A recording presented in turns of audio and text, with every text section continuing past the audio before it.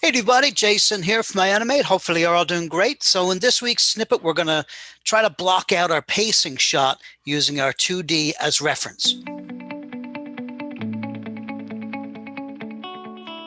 So in our last snippet, what we did was we roughed in 2D our pacing backwards and forwards, concentrating on the main storytelling poses first. So our contact poses, remember the footprints in the snow, and then we broke it down each contact pose with a passing position, and that was sort of like our midway point, which was slightly higher than the contact pose. And then we broke it down again with our downs and our ups on either side of the passing position to lead from the contact down to the down, up to the passing, to the overshoot, to the contact again, and then repeat.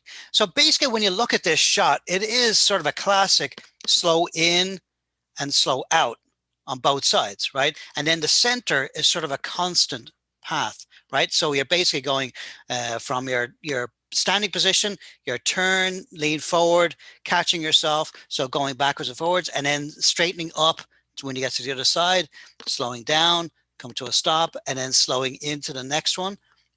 Start lean forward again, then going back and forwards, right? So here's what we did last time.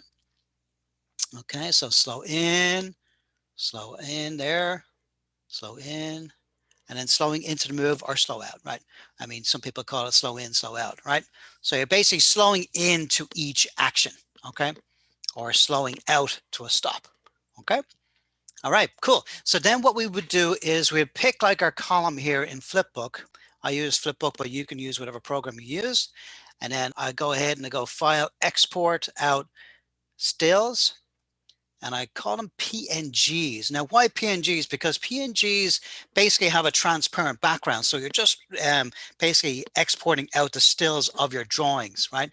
So I can just call this keys, right? Something like that. And then I'll put a dot, and then the number will come after that, right?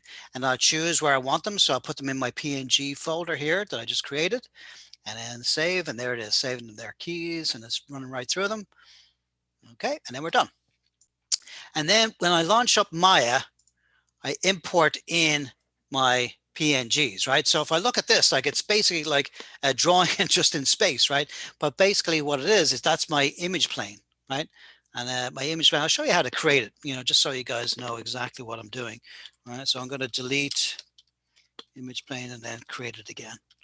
Plane, image plane, right? And then get the star and rotate. Okay, so now what I would do is go view, select camera, and then hit Control A to get the attribute editor up. And then I see here right underneath environment, I create image plane. I get this big X, and then I focus on where that folder was, that PNG folder. And here's all the keys, right? So if I just click on any one of these, doesn't really matter. And then hit use image sequence, right? And then basically what we've got here is I've got my image plane selected here. So you can see it right there, right? In the background, but I want to make sure that I can actually use that as sort of a reference. So usually what I do is I scale it down, right? And then offset it off to the side here. So I can place it wherever I want, right? So I can have it as a reference. So I can kind of go, okay, so I'm using my keys here. So select all. And I've basically just got my storytelling pose, but I'm using exactly what I've got here in the 2D as far as timing goes, and just trying to represent that with the CG character, right? And then when I'm doing this, I'm working, I'm going to hide myself just so you can see Maya fully here. What I'm doing is I'm working just for the contacts, right? So the contacts, footprints in the snow, right? So that's his right foot, that's his right foot, that's his left foot, and then all the way going across using my 2D as reference. Okay, working back and forwards, right? And that's basically it. Now, when I first opened the shot, I was like, oh, okay, hold on a second. The timing here on this guy, because he's smaller, may need to slow down a little bit to give this guy a little bit more grace as he walks. But I'm going to resist the temptation to slow it down, because if I do slow it down, then I'm going to be out of sync with this, right? Now, what I also want to do is, this is all set to step mode when I'm actually going to do a play blast, but usually when I'm working, I want this in just auto spline, right? So switch everything to auto spline. And then what I try to do is I want to do like a quick play just to make sure that the basic timing is slowing in and slowing out without any sort of gimbal lock or any sort of issues that are happening. And this is just the keys, right? These are just the storytelling poses. So I'm just trying to see exactly what's happening. There's no breakdowns here at all, but I'm just trying to see if he's actually moving through space evenly, right? So I don't want any sort of major speed ups or slow downs unless he's actually coming to a stop, like where I want him to do, right? So if I look here in my perspective one and let this one play too, I can see this from a different angle. I'll hide the controls here so we can kind of see exactly what's going on, right? So I'm basically just walking back and forwards like that, right? No major weight shifts or anything in the walk because the contact is basically the center, right? So we're not even transferring any weight, so there's no side to side, there's no tilting. It's just coming to that stop and start. And because this guy is so tall, I want his stride to not have a lot of width to it, so he won't be taking really wide strides. He could take long strides, but not really wide ones, because I don't want him to have to shift his weight all the way across and all the way across again, right? So I want him almost to walk like a female, because his legs are so long, we want to have that nice grace to his walk, right? Now from there, I would start to add in my passing positions, right? Halfway through each one, right? I'd start to add in my passing positions. So I'm going to switch over into my folder here and I'll show you the passing poses, right? So that's the exact same thing. So I switch, once I'm going to do a play blast, I don't want to be distracted by the computer's in-betweens. So I just do a play blast with just the passing poses added with the contacts, right? So I can start to feel how fast he's going to walk back and forwards, right? So just the pass positions. And then once I'm happy with that, say it's pretty much in sync, right? I mean, it's exactly in sync. I shouldn't say pretty much, but it's exactly in sync here. So when the passing position arrives on my image plane, that's when I'm doing my passing position here. Okay, so I'm just making everything sort of with the spirit of what's going on here, right? So slight turn on the chest, letting the L shape, on the feet. So we get that nice stride, and then again sort of like shifting the weight slightly here so I can raise this foot, and then going right off balance.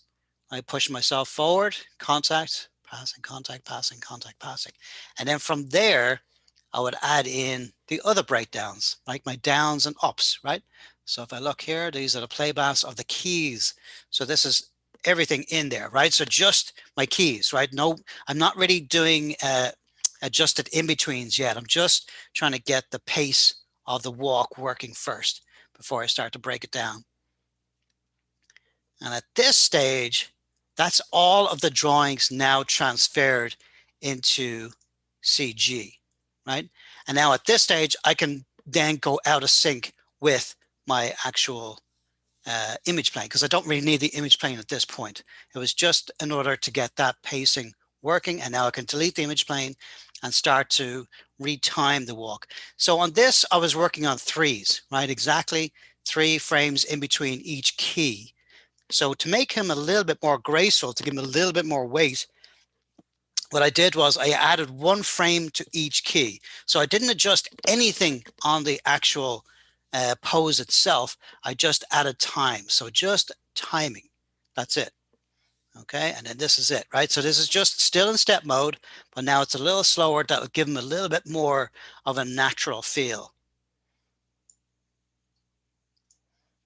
Just slightly slower, right? So it just feels like that's kind of like more his character, more going along with the height of him. So I can feel like those strides and I can still feel the ups and downs happening, right? And then next week, we'll break it down and start to add overlapping actions. So we get the working through the hips, to the chest, to the head and neck, and then to the arms and the fingers, making sure that we don't get any crazy knee pops. Because I know with this character, he's got really long, skinny legs. So I've got to make sure that it feels almost like FK, like the knee coming forward and then kicking through to there, and then coming down to the contact, getting that slight bend on his leg. I don't want to push his weight too far low because it'll make his leg really bend that much. And it'll start to feel super light too, right? So I want to keep him with a little bit more grace than if it was like a smaller kind of character, right?